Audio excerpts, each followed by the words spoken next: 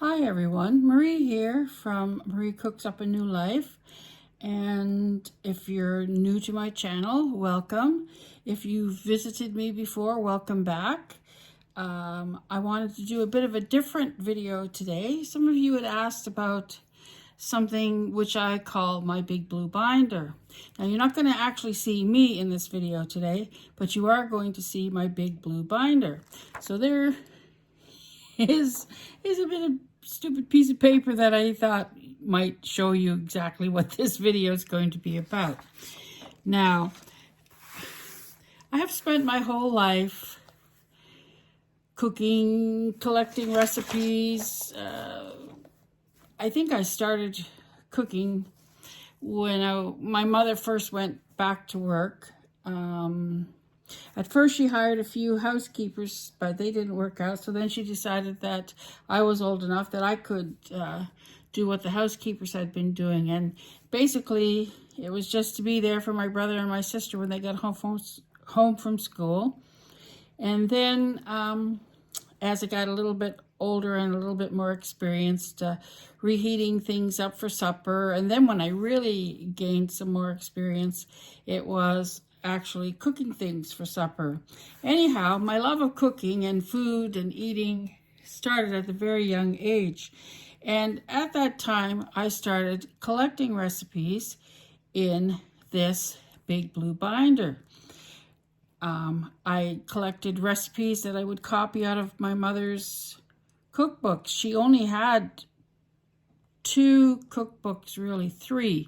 One was co-op cookbook from her hometown of Lawrencetown here in Nova Scotia, which she'd been given as a wedding gift. Another one was, it was an economy book, and I do actually have it. I'll get it very quickly and show it to you.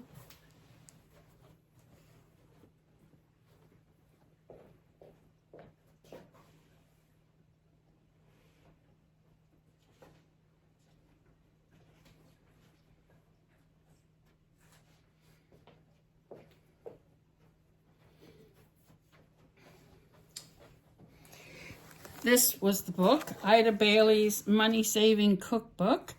That was another one of her cookbooks. And the final one was the Martha Logan's Meat Cookbook.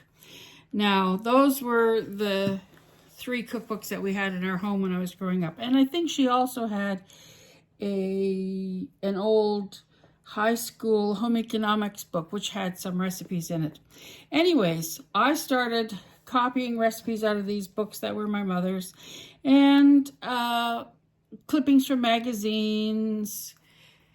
I would take books out of the library and copy recipes out of them, and family favorites, things that perhaps my grandmother might have made, or my aunts. And then as I got older and older and more experienced, it would be recipes that friends had gifted me with, and those types of things. So anyways, they all got collected in this big blue binder, and I call it the big blue binder because that's what it is. This binder, which is very decrepit at this point, has traveled all the way across Canada with me and back again, across the pond to the UK and back again. It's been my cooking companion for most of my life. It's filled with, it used to be a lot more organized than this. It's actually falling apart now. Things are getting very old and decrepit looking. And I used to have tabs that I organized recipes in according to what they were. But as you can see, most of them were laboriously copied out, handwritten, and or clipped from magazines. It's quite thick, and it's, it really needs some work done on it. Perhaps I need to get a new binder to house all these things, because a lot of the holes have ripped out now, and you know, it's really showing the wear and tear of a multitude of years of use and travel.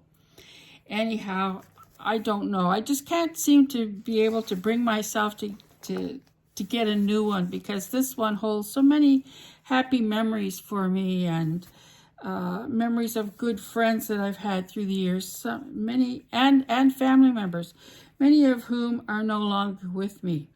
In here, there's like my recipe for runny butter tarts, which I've made a bazillion times and always turn out right. An old-fashioned spice cake. Well, that came from one of my pans. Sometimes I kept instructions for how to take care of your pans. I don't know what that's doing in there, but there's recipes for meats like meatballs and steaks and things. There's recipes that I printed off the internet. Homemade sausage.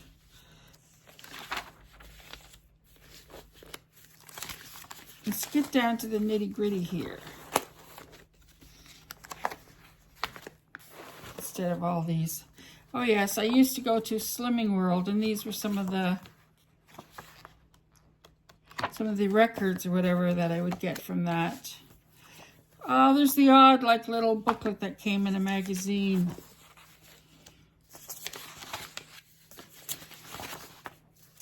These are like all my family favorites and tried and trues. And some of them are really, really old, like this recipe for Mormon split pea soup. At that point in time, I never ever thought that I would one day join that church myself. But here I am. I am a Mormon, or Latter-day Saint as we prefer to be called. And I love that pea soup. Ones that were like, I thought would be good for Christmas or get-togethers, I gave little red stars to. There was like soups and appetizers, recipes made using eggs and cheese, quick breads, and look at the splatters. I mean, you can tell this is really well loved. Quick breads and yeast breads. I was never very good at making yeast breads. My husband used to make all of the bread for our family, and he used his mother's recipe, which was quite old, and I think he probably made at least a dozen loaves of bread a week, which you would need to if you had 5 children like we had. And he made beautiful bread. It rose tall, was light and fluffy, and when he would knead it, he used to make the kitchen table dance across the kitchen floor practically. He made a huge mess, and of course my job was to clean up the mess afterwards, but I didn't mind because his bread was really good. Then there's recipes for meats and things. My old salmon patty recipe. There's one in here. Where is it? Well, that was fish. Okay. There used to be this friend of ours. Was actually a man that my husband had been in the army with, and his parents lived in Alberta, and when we lived in Alberta, we used to spend a lot of time with his parents. Our own families were quite far away, so we used to spend a lot of time with the McNiven family. And I've got like Mrs. McNiven's goulash recipe in here, which was very good, and his sister's garlic spare ribs, which were also very good.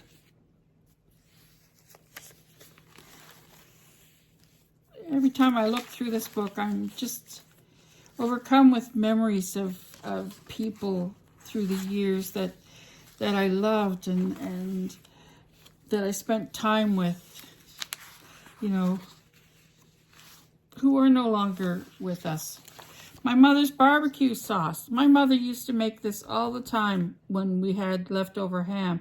And it was nothing complicated. It was just some ketchup, some water, vinegar, and a few other bits. But she used to chop the ham up with some celery and some onion and bake it in the oven and make these, you know, this barbecued ham. And we loved it. It was delicious. I had poultry recipes. chicken and things like that. Chicken croquettes. Lazy chicken. This is a recipe that I got from my friend Leona. Oh, gee, back in the 1980s. And it's another very simple recipe, and it uses an envelope of onion soup mix and vinegar, brown sugar, etc. And you just put your chicken breasts and you bake them in this mixture. It says here for 2 hours, but I think nowadays that would be a little bit too long. Vegetables. I've got vegetables. Zucchini casserole. This is the casserole recipe that my sister gave me, again back in the 1980s, and something that I've been making ever since then. It's a bit of a mess now. There's like pickle recipes, sandwich recipes. Oh, here's my pies and pastries. I've got my sister's meat pie crust recipe over there that she uses to make tortilla with at Christmas time, which is really, really good. I made it on the blog, actually. Lemon meringue pie, all sorts of things like that. This page is really worn out. Maple syrup pie, backwoods pie, sugar pie. You can see these recipes are just falling out. I really should get a new binder. I hate to, though, because it would break my heart. Cakes. Cakes that I cut out of magazines that I thought I might like to make one day. This whole section here is on buttermilk cakes. There's desserts for like rice pudding, you name it. It's just, oh, this is from when I worked at the manor as a chef. There's like deviled quail's eggs. I've told you about the quail's eggs and how hard that was. These ham biscuits with the mascarpone pepper jelly. She used to really love that. And the smoked salmon souffle. This, oh, what a lovely memory this is. Chicken breast niçoise. And that's my boss's handwriting there. She's no longer with us. She passed away several years ago now. But, you know, I look through these recipes. I just am filled with love for these people that were such an important part of my life. Oh, I'm getting kind of teary-eyed now. Anyhow, this blue binder is really special to me, and it's, like I said, it's filled my Aunt Frida's steak casserole.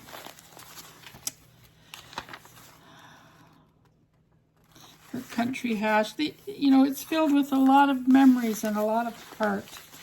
So I'm sure you can understand why I would never really want to get rid of it. It's like my whole, oh, it just goes on and on. This is my whole life, my cooking journey, going back for years and years and years. And so important to me that when I went to leave the UK to come back to Canada in 2020, I could only bring very few things with me, and I had very limited space, but this is one of the things that I wanted to bring because this is a treasure. It's not the only thing that I've collected recipes in through the years. I've got this old little notebook here that I've also collected things in, because I used to try to think I was going to be a little bit neater than I was with the big blue binder. So I'd start these other little notebooks, and they've got some tried and trues in as well, like my mother-in-law's Swiss steak and things like that. So this is a treasure as well. This also is something that I chose to bring back with me. And let's see. This is another book that I started. I think I started this before I moved over to the UK because I wanted to be able to bring some of my favorite things with me, because I didn't think that I could bring back the big blue binder, but I did in the end anyways. But this is filled with a lot of treasures as well. Oh, they're mowing the lawn today, so it's going to get noisy.